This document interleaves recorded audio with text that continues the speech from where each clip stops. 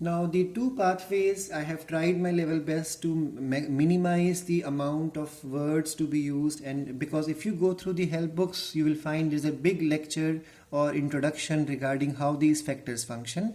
I have tried my level best to simplify the intrinsic as well as the extrinsic pathway of clot formation.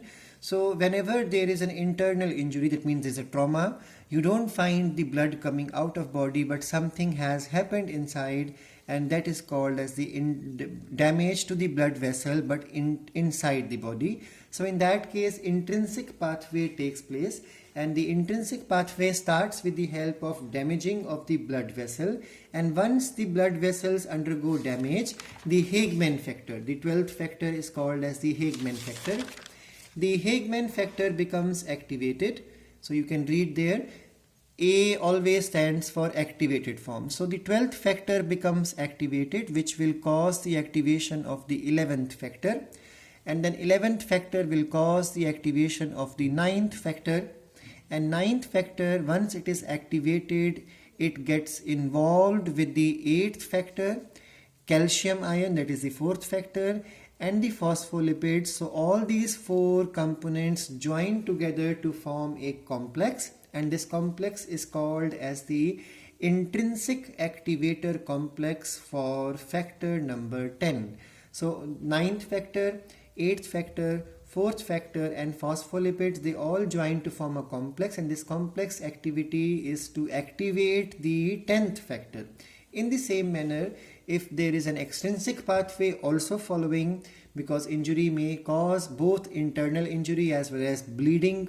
So once bleeding starts, then the phospholipids, proteins of the injured tissue will join together to form a complex, and this complex now will activate the 3rd factor, and this activated 3rd factor joins with the 7th factor. So you can read here, there is no mention of the 6th factor because it is missing, it is hypothetical. So the 3rd factor, once activated, joins with the 7th factor to form the extrinsic activator complex for factor number 10. So whether it is the intrinsic pathway or the extrinsic pathway, both pathways will cause formation of a factor, could be internal factor or external, extrinsic or intrinsic, but finally these are the activators of the 10th factor.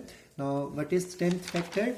The 10th factor is the Stewart-Prowse factor. So this factor, once activated because of these two pathways activator created, once it is activated, this will join with the 5th factor, phospholipids, and again calcium ions or the 4th factor to form a complex which is called as thrombokinase complex. A few minutes back from the NCERT also I read the same thing, that there is a thrombokinase enzyme, complex enzyme formed. So this enzyme or this complex is going to activate prothrombin into thrombin, and the thrombin once activated will convert fibrinogen, that's the first factor, fibrinogen into fibrin, and then this fibrin initially would be the soluble one, and it is made insoluble with the help of the last, that is the 13th factor, which is the fibrin stabilizing factor. So fibrin would be stabilized once it is changed from soluble into the insoluble form. Now finally what will happen, the fibrins will become entangled with a large number of dead RBCs or dead cells, the components of the blood, and finally all these blood corpuscles join with the fibrin to form a clot, which is also called as the thrombus. So this is how clot formation takes place.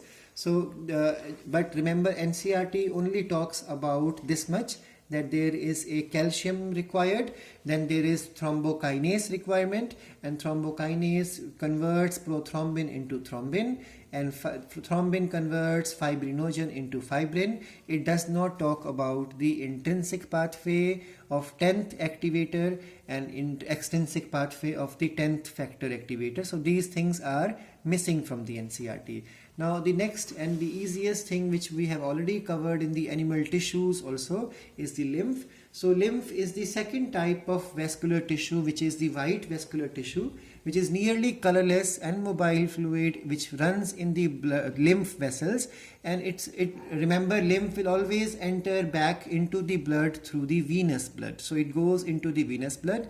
And remember, lymph is also made up of plasma, just like the blood plasma, though some slight composition would be different, and it also carries the formed element. Remember, the only formed element present is the leukocytes. RBCs and platelets are missing, and these leukocytes also come into the lymph from the blood capillaries, and they also come from the lymph nodes. Plasma is made up of water, and when compared with the blood, it will have less proteins, less phosphates, and less of the calcium. The lymphatic system consists of it is the accessory system of extracellular fluid which is passed into the blood, and lymphatic system consists of lymph capillaries, lymph vessels, as well as the lymphoid organs and tissues.